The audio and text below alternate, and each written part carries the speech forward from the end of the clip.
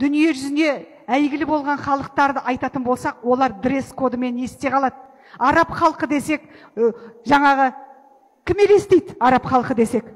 Ақ киінген ер азаматтары, қара киінген әйелдері білеміз. Еврей десек те білеміз. Ал қазақ десек, кім десек ешкім білмейді.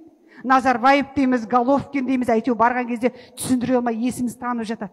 Бірақ кимешектің құдіреті, мысының мықтылығы соншалық. Қанша шетелге осылай барам ғой. Барған кезде мені ол жақта Айнұр Жүгінісов ретінде ешкім танымайды. Бірақ анау африкандықтарға дейін келіп, сен мен суретке түсіп, не деген әдемі бас киім, не деген керемет жаңағы киім деп таңғалып суретке түсіп жатады. Қымбатты ханымдар, біздер менсінбей жүргенде, ертең өзге халық біздің бас киімімізді киіп алып, патенттеп алып жүрмесін дегім келеді. Және мына мейірімділік азайған заманда қазір қыздарымыз баланы алып мусорға ашып кеткен тамақ құсап лақтырып тастап жатыр да. Қорқынышты. Біз кімді тәрбиелеп жатырмыз дейсің да. Ананы естігенде, ананы көрген кезде денең түршігіп, астафыралла, мынадай бола беретін болса, бұл жалғаса беретін болса, біз не боламыз? Бір робот сияқтымыз ғой. Аламыз да лақтыра саламыз.